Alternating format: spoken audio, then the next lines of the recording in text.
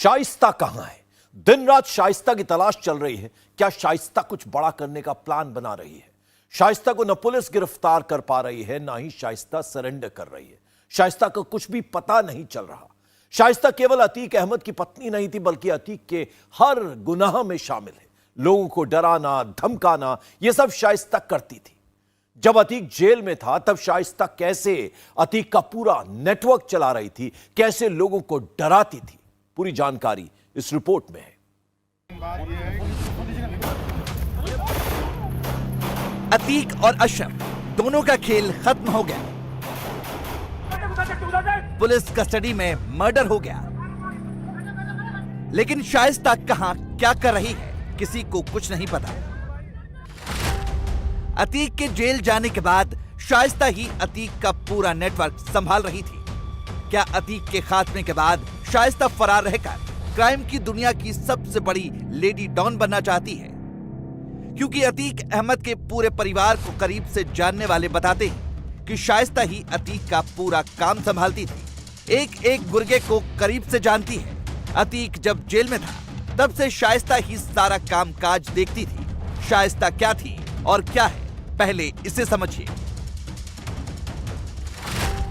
वसूली वाला पूरा रैकेट शाइस्ता ही संभालती थी। शाइस्ता परवीन व्यापारी से लेकर किसान तक को धमकाती थी।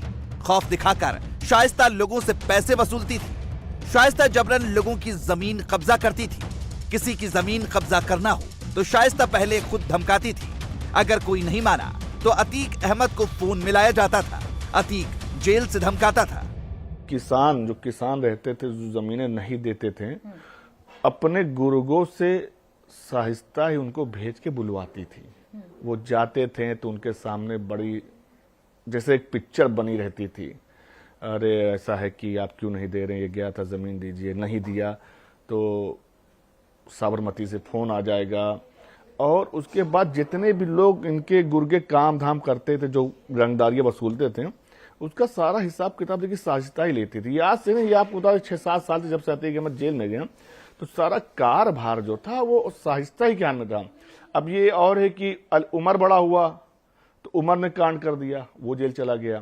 फिर अली बड़ा हुआ, अली ने कांड कर दिया, वो जेल चला गया। तो जब तक मतलब इन लोग को जो ट्रेनिंग दी जाती थी, वो घर में ही उनके माँ की संरक्षण मिल जाती थी, कोई बाहर से नहीं आता था। अतीक अहमद का फोन आ गया उनकी बेगम के पास, उन्होंने जैसा कहा, फिर उन्होंने अपने लड़कों को संदेशा दिया कि अली वहां चले जाओ, यहाँ चले जाओ, उसको बुला लो, उसको बुला लो। इस तरीके की चीज चलती थी। तो उसमें कोई बहुत बड़ी बात नहीं है। वो तो पूरा पैसा लेना देना, हिसाब किताब सब उन्हीं के हाथ में रहता था। तो शाइस्ता खुद भी बात किया करती थी, धमकी दिया करती थी, या धमकी दिलवाने या मारने के लिए कुछ कहा करती थी? देखिए, आप उसको धमकी कह लीजिए, चाहे उसे टॉर्चर कह लीजिए। देखिए, शाइस्ता जब भेज के गुर्गों को बुलवाती थी तो गुर्गे खड़े रहते थे, गुर्गे उनसे बात नहीं करते थे। किसान हो या व्यापारी हो, कोई भी हो, उससे शाइस्ता ही खुद बात करती थी कि ऐसा है कि आप वहां कमा रहे हो, इतना कमाया आपने, इतनी जमीन खरीदी, इसका इतना हिस्सा हमें चाहिए, नहीं दोगे तो वहां से फोन आ जाएगा।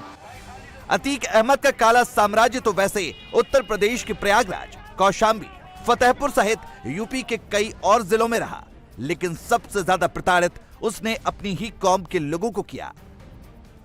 अतीक के घर चकिया के 10 किलोमीटर का जो रेंज था, वहां किसी भी जमीन पर अतीक की नजर पड़ जाती तो वो उसे हड़प लेता था। लैंड माफिया के तौर पर अतीक का नेटवर्क कैसे काम करता था, पहले उसे समझिए। अतीक ने अपने गुर्गों का 2 ग्रुप बनाया था। पहला ग्रुप किसानों की, गरीबों की जमीन को डरा धमकाकर औने पौने दाम में खरीदता था। अगर कोई ना माने तो जबरन कब्जा कर लेता था, उसकी प्लॉटिंग करता था, फिर लोगों को बेचता था। मान लीजिए आपने जमीन अतीक के ग्रुप से खरीद ली और अब आप उस पर कंस्ट्रक्शन का काम करने जा रहे हैं, तो अतीक का दूसरा ग्रुप एक्टिव हो जाता था, जो गुंडा टैक्स वसूलने पहुंच जाता था। 2 से 5 लाख तक गुंडा टैक्स वसूला जाता था। लोग मजबूरी में देते भी थे। जेल जाने के बाद ये पूरा काम शाइस्ता ही संभालती थी। बच्चों को दिन में वो 10 बार फोन करती थी, कहाँ हो, क्या कर रहे हो। और अब जैसे एक वीडियो, एक ऑडियो वायरल हुई है, आप देखेंगे, मोहम्मद मुस्लिम जो वहाँ के बिल्डर हैं, तो वो एक तो उसके बाप का प्रेशर रहता था असद के ऊपर कि जाओ तुम वहाँ से पैसे लाने हैं। क्योंकि उन्हें लगता था किसी गुर्गे को भेजेंगे तो इतना प्रेशर नहीं बनेगा, जब मेरा लड़का जाएगा तो ज्यादा प्रेशर बनेगा। तो उधर से बाप का प्रेशर रहता था, इधर से माँ का प्रेशर रहता था।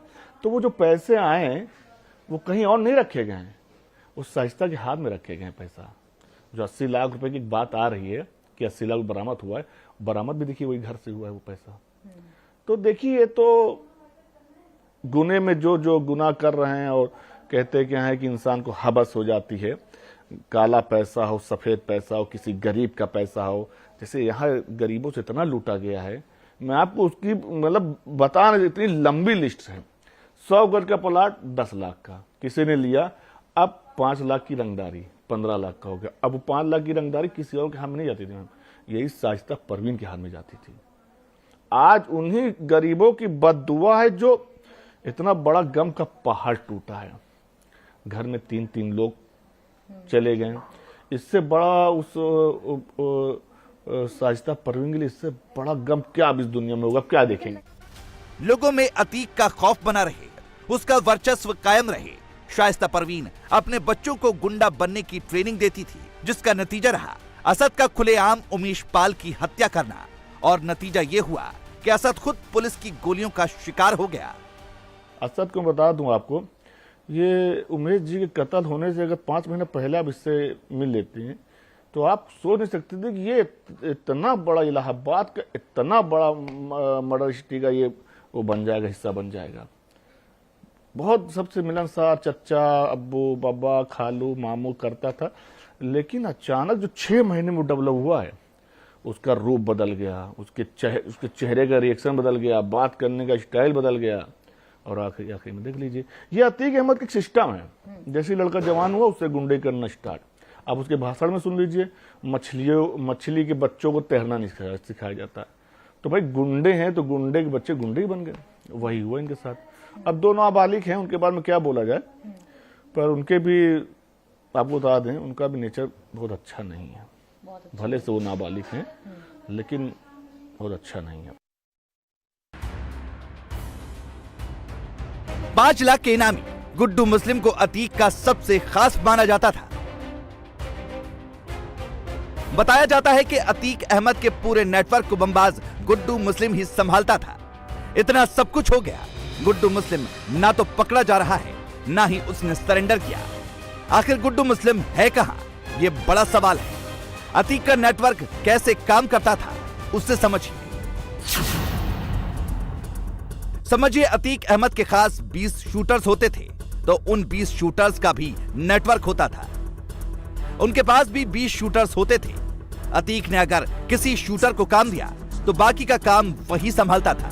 कैसे क्या करना है, बताया जा रहा है कि उमेश पाल की हत्या की जिम्मेदारी गुड्डू मुस्लिम पर थी। गुड्डू मुस्लिम ने ही बाकी शूटर्स को अरेंज किया था। हालांकि पुलिस ये सब जांच कर रही है। जब गुड्डू मुस्लिम पकड़ा जाएगा तब सारी बातें क्लियर हो जाएंगी।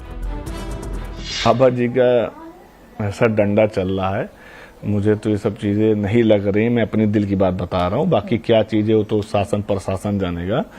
लेकिन अब हमें नहीं लगता कि वो इस सपने में होंगे, वो कवर दे पाएंगे। लेकिन देखिए होने को कुछ भी हो सकता है, मेरे कहने ना कहने से ऐसी बात नहीं है। और देखिए अतीक अहमद का आपको बता दे, बहुत सारी चीज लोग नहीं जानते। मैं आपको एक चीज बता दूं, जैसे अतीक अहमद लोग कहते हैं कि अतीक अहमद गुरगा।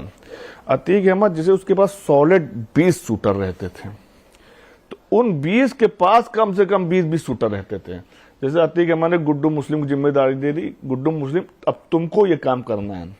आप जानते हैं इसमें जितने लोग मारने में थे, इन सब को इकट्ठा करने वाला गुड्डू मुस्लिम है। गुलाम को लाने वाला गुड्डू मुस्लिम है, जो वो मारा गया, उस्मान क्या कहे तो उसका क्या नाम है, उसको लाने गुड्डू मुस्लिम है। जो अरमान बाइक चला रहा है उसको लाने, इन सब को इकट्ठा गुड्डू मुस्लिम ने किया और भाई के पास पेश किया कि ये आपको हम टीम दे रहे हैं। जो हम लोग का पता चल रहा है कि हम एक ही रहने वाले हैं और हम लोग को ये सब चीज जानकारी है। तो उनके पास ऐसे 20 शूटर हैं, कभी गुड्डू से कह दिया, कभी जैद हटुआ से कह दिया, मतलब इसी तरह बहुत सारे लोग हैं कि उनको जिम्मेदारी दी जाती, फिर उनकी जिम्मेदारी कि इसको कैसे अंजाम दें। अतीक अहमद हार्डकोर क्रिमिनल था। वो ना मजहब देखता था, ना जाति, ना ही रिश्तेदारी। उसने अपने रिश्तेदार जीशान पर ही अटैक करवा दिया था। जीशान पर जब अटैक हुआ था तो अतीक का बेटा अली भी हमले में शामिल था। फोन आता है मेरे पास कि ऐसा है कि जिसान फ़ोन आया तो मैंने उठा लिया, नए नंबर से उठा लिया। मैंने कहा हेलो, बोले क्या मत ठीक है मत बोले। मैंने कहा जी बताइए। मैंने सलाम भी किया उनको। कहा ऐसा है कि तुमने काम बहुत अच्छा कर रहे हो, तुम जाके घर पे मिल लो। घर पे मिलने का मतलब शाइस्ता से मिल लो या अली से मिल लो। उस समय अली एक्टिव हो चुका था, तो हमने कहा जी ठीक है मिल लेता हूं मैं। उसने देखा कि ये मिलने नहीं आ रहा, इससे बड़ा मैसेज खराब जा रहा है कि जिसान नहीं आया, बहुत अति गया, मैंने संदेशा भेजा। तब उसने बहुत जबरदस्त अटैक करा दिया मेरे ऊपर। इस तरह अटैक कराया कि मेरे कजिन का जबड़ा टूट गया और मेरे भांजे उनजे के जो है सीने में चोट आ गई। मुझे एकदम मार डालते मैं भाग के चला गया करेरी थाने, लेकिन वहाँ से फोर्स लाया, मौके पकड़ गए। उसमें अली था, एक कालिया था, इस तरह करके कम 25 लोग थे। लेकिन इस तरह गोली बम यहाँ पे चल रहा था, आस पास का पूरा इलाका इकट्ठा था उस समय। मतलब ऐसे समझिए जैसे हम लोग आपके ही चैनल के माध्यम से देखते हैं कि तालिबान में गोलियां चल रही हैं, पाकिस्तान में चल रही हैं, जहाँ पे उस तरह के हालात रहते हैं, तो वो हालात यहाँ पे पैदा थे उस समय। लेकिन आपको बता दें, अगर ये हमारी पहले की सरकार होती, मैं किसी पे वो नहीं करना चाहूंगा, तो ये समझ लीजिए कि इस तरह की बहुत सारी वारदातें हुई हैं बहुत लोगों के ऊपर, कोई सुनवाई नहीं होती थी। लेकिन मैं गया हूँ, मेरे FIR हुई, तुरंत मेरी सुनवाई हुई, गिरफ्तारी हुई, मौके भी पकड़े गए लोग, आज सबके सब जी। 17 जनवरी 2007 की ये वो रात है जो प्रयागराज के लोगों को आज भी याद है, जब मदरसे में पढ़ने वाली 2 नाबालिग लड़कियों के साथ दरिंदगी की गई थी। लड़कियों को रात भर बुरी तरह से नोचा खरोचा गया। कहा जाता है कि लड़कियों के साथ अतीक और अशरफ के गुर्गों ने रेप किया था, लेकिन अतीक का रसूख इतना था कि उसके गुर्गों के खिलाफ केस दर्ज नहीं हुआ। सुनिए उस रात को क्या हुआ था। अतीक के रिश्तेदार जीशान एक सच बता रहे हैं, उस काली रात की सच्चाई। इनके घर में हकीका था, जैसे हम लोग घर में कहते हैं, हम लोग घर में हकीका कहते हैं, बाकी जैसे कहते हैं मुंडन कराना। तो एक बहुत बड़े पैमाने में दावत थी। आप जहां बैठे ठीक इसी के पीछे मदरसा है, वो अलग, तब जंगल, थोड़ा जंगल टाइप का था उधर। और जो आपने एक फोटो देखी होगी कुत्ते से मिलाने वाली और वगैरह वगैरह बहुत सारे नेताओं की, ये उसी दिन की फोटोज भी आपको बता दूं मैं। मुलायम सिंह यादव, जी जी जी जी, सब बहुत बड़े नेता आए हुए थे। ये थे वो, कुछ लोग यहीं पे जाते आते तो जानते थे कि इसमें इतनी लड़कियां पढ़ती लिखती हैं, ये है वो है, हैवान टाइप के हैं, उनको तो ऊपर ऐसी मौत दे कि नज़ीर बन जाए मैं चाहता हूँ। तो कहने का मतलब है कि जब उधर दावत हो रही थी, रात को 11-12 बजे जाते हैं, खटखटाते हैं, तो उसमें एक मौलाना रहते थे। तो वो भी बहुत बड़ी चूक थी कि एक जंगल में लड़कियों का मदरसा पढ़ाया जाए, एक मौलाना से वहाँ बैठे हुए हैं। तो जब मौलाना खोलते हैं कौन, तो बस ये लोग धड़ा के उसमें घुस जाते हैं। आपको बता दें, कुछ लड़कियां उसमें नमाज पढ़ रही थी, कुछ कुरान की तलावत कर रही थी, कुछ बेचारी उसी समय बस सोने की लेटी थी कि सबको निकाला जाता है कमरे से, निकलो निकलो निकलो। उसमें पसंद किया जाता है, हाँ ठीक, इन दोनों को ले चलो। आपको बता दें उसमें 4 लड़कियों को खींचा जा रहा था, जो मैं आपको बता रहा हूँ। पर जो भी हो, हैवान तो है ही है, हैवान तो हैवान है, लेकिन जो भी हो, उन दोनों की किस्मत बच गई। फिर 2 लड़कियों को उसमें से निकाला जाता है। ठीक मदरसा मेरे पीछे है और ठीक इस तरफ जाएंगे तो ससुर खदरी नदी है। उस समय बहुत बबूल के पेड़ बहुत हुआ करते थे। आपको बता दें कि ऐसी दरिंदगी अभी तक न्यूज़ चैनल में नहीं चली होगी किसी पे। दिल्ली में बहुत सारे कांड हुए हैं, आप लोग के चैनल के माध्यम से हम लोग देखा। अब आप एक लड़की है, मैं आपके सामने बोल नहीं पा रहा हूँ वो चीज़, ये समझ लीजिए उनके बदन पे कोई कपड़े नहीं थे और पूरे में दौड़ाया जा रहा था, चीखें आ रही थी, लेकिन किसी यहाँ पे जितने गांव है किसी की औकात नहीं जाके रोक दें दरिंदों को। इंडिया टीवी हर वक्त हर जगह डाउनलोड करने के लिए सर्च करें India TV news Google play store या ऐप स्टोर पर।